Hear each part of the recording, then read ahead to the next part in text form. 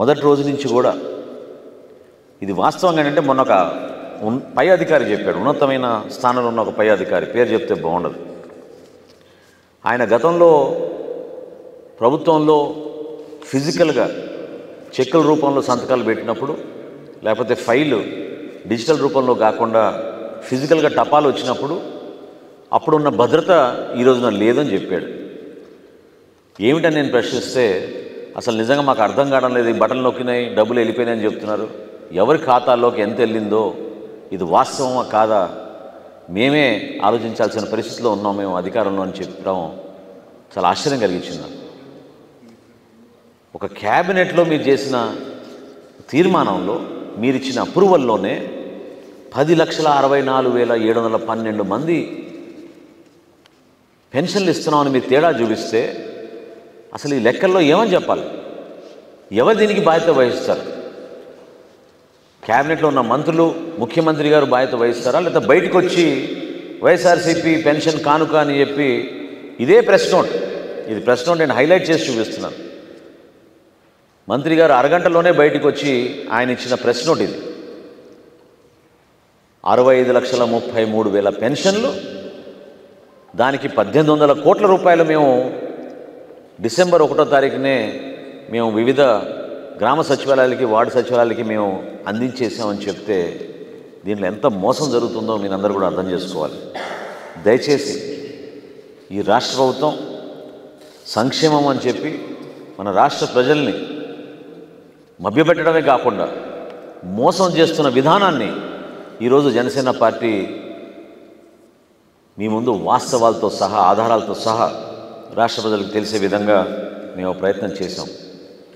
అనేక స్కామ్లు జరుగుతున్నాయి, రాష్ట్ర ప్రజలు కూడా అర్థం చేసుకోవాలి.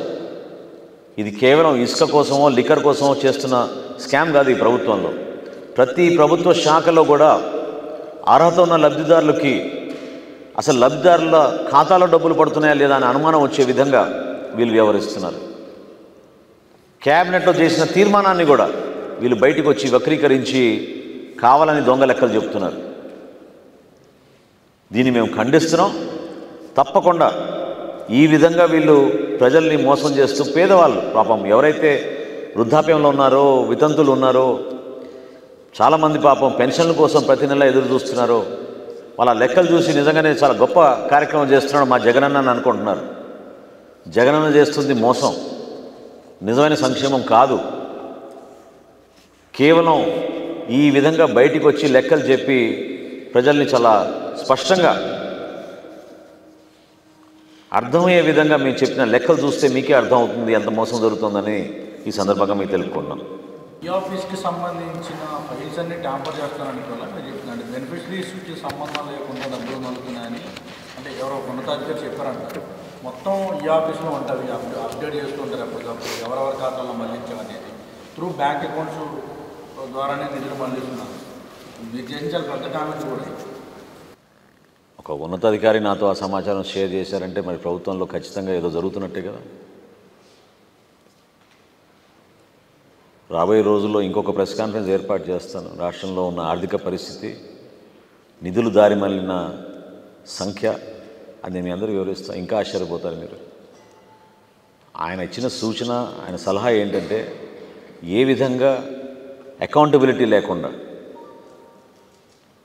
డిజిటల్ రూపంలో జరిగిపోతున్న ఈ సంతకాలు, ఈ ట్రాన్స్ఫర్లు అనేక అవకతవకలకి దారి తీస్తున్నాయి, ఇబ్బంది పడుతున్నాం, కౌంటర్ చెక్ అవ్వడం లేదనేది అని వ్యక్తపరిచారు ఆయన. దాన్ని ఏకీభవించడమే కాకుండా ఈరోజు నేను మీకు ఆధారాలతో సహా మీకు చెప్తున్నాను. క్యాబినెట్ మీటింగ్లో ఉన్న మంత్రే అరగంటలోనే హడావిడిగా వచ్చి ప్రెస్ మీట్ పెట్టి 65,33,000 పెన్షన్లు మేము మంజూరు చేసేసి ఇచ్చేస్తున్నాం, దానికి 1,800 కోట్లు గత నెలలోనే మేము గ్రామ సచివాలయాలకి, వార్డు సచివాలయాలకి ట్రాన్స్ఫర్ చేసామని చెప్తే వాస్తవం మీరే చూశారు. ఆ లెక్క నేను మీకు ఆధారాలతో సహా ఇస్తున్నాను. ఈ వాస్తవం రమ్మనండి డిబేట్కి. నిజంగానే వాళ్ళకి చిత్తశుద్ధి ఉంటే, నిజాయితీ ఉంటే, ఈ లెక్కల్లో ఏమాత్రం తేడా ఉంటే నా దగ్గర ఉన్న ఈ ప్రూఫ్స్తో ఖచ్చితంగా మీ అందరం కూడా జనసేన పార్టీ నుంచి మేము నిలబడతాం, వాస్తవాలను బయటికి తీసుకొస్తున్నాం. కళ్యాణ్ గారు మీరు యోగాల సభలో పాల్గొన్న దానిపైన మంత్రులంతా కూడా మీ పైన విమర్శలు చేస్తున్నారు. అదే ఎందుకు అంత అలజడి? వాళ్ళు మొదటి నుంచి కూడా జనసేన ప్రస్థానం ఎప్పుడు కూడా కేవలం రాజకీయ అంశాల గురించే కాదు, రాష్ట్ర ప్రజలను దృష్టిలో పెట్టుకుని, మన భవిష్యత్తును దృష్టిలో పెట్టుకుని మేము వేసే ప్రతి అడుగు కూడా రాష్ట్ర నిర్మాణం కోసం, మన ప్రజల కోసం నిలబడాలని పవన్ కళ్యాణ్ గారి నాయకత్వంలో కష్టపడి మేము పనిచేసుకుంటూ ముందుకు వస్తున్నాం. మా రాజకీయ వ్యూహంలో భాగంగా మేము ఒక పార్టీతో పొత్తు పెట్టుకుంటే వైఎస్ఆర్సీపీ పార్టీకి ఏం సంబంధం? ఎందుకు అంత అలజడి? ఎందుకు మీరు అంత సమయం వృధా చేసుకుని అన్ని ప్రెస్ మీట్లు పెట్టుకుని సోషల్ మీడియాలో అంత హడావుడి చేయాల్సిన అవసరం ఏముంది? దానికి 100 కోట్ల రూపాయలు ఖర్చులు పెట్టి ఇంకా 3 నెలలు కూడా లేదు కదా. ప్రజలే మీకు సరైన విధంగా బుద్ధి చెప్తారు, ఇంటికి పంపిస్తారు మిమ్మల్ని. అది తట్టుకోలేక నిన్న వచ్చిన జనాన్ని చూసి జనసేన పార్టీ, తెలుగుదేశం పార్టీ కలిసిపోతే అసలు మనకి ఏమాత్రం భవిష్యత్తు లేదనే భయంతో వీళ్ళు ఒక పిచ్చి కథ అల్లి వ్యక్తిగతంగా విమర్శలు చేసుకుంటూ కాలం గడుపుతున్నారు.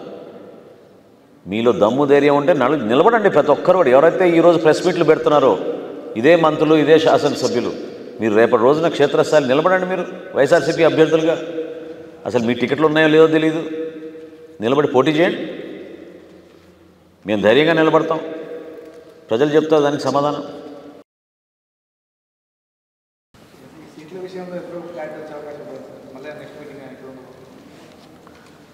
చర్చలు జరుగుతూనే ఉన్నాయండి. ఖచ్చితంగా ఒక ఆలోచన మేరకు సంక్రాంతి లోపు ఉమ్మడి మేనిఫెస్టో, అదేవిధంగా ఏ స్థానాల్లో ఇరు పార్టీల మధ్యన నిలబడే అభ్యర్థులు ఎలా పోటీ చేయాలి, ఎక్కడ చేస్తున్నారు, ఇవన్నీ కూడా ఖచ్చితంగా ప్రజలకి అర్థమయ్యే విధంగా, ప్రజలకి దగ్గరయ్యే విధంగా మా వంతు మేము ఒక ప్రయత్నం తొందరగా అవ్వాలని మేము చేస్తున్నాం. ఈ చర్చలో భాగంగా ఆ సమస్యలపైన ఎక్కడ కూడా ఇబ్బంది లేకుండా ముందుకెళ్తాం.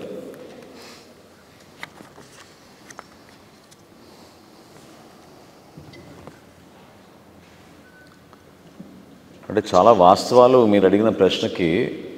ఇన్ని రోజులు వీళ్ళు ఈ చీకటి జియోలు, ఎవరు తెలియకుండా సమాచారం పౌరుడికి ఇవ్వాల్సిన ప్రభుత్వం నుంచి సమాచారం కూడా అందకుండా వాళ్ళు ఎన్నో కుట్రలు చేశారు. గౌరవ హైకోర్టు ఇచ్చిన తీర్పు మేరకు చాలా వరకు ఈ సమాచారం బయటకు వస్తుంది, జియోలని బయటకు వస్తుంది. కాబట్టి వాస్తవాలు కూడా మనకు తెలుస్తూ ఉన్నాయి. సో ఈ ఫైల్ విధానం, డిజిటల్ సిగ్నేచర్లు, డిజిటల్ ట్రాన్సాక్షన్లు, డిజిటల్ ట్రాన్స్ఫర్లు, వీటి ద్వారా వాళ్ళ కొత్త సిస్టమ్ ఏదో తయారు చేసుకుని వాళ్ళకి లబ్ధి కలిగే విధంగా చేస్తున్నారనేది ఖచ్చితంగా ఒక బలమైన అనుమానం. దానికి ఈ రోజున మేము మీ ముందు ఉంచిన ఈ వాస్తవాలు.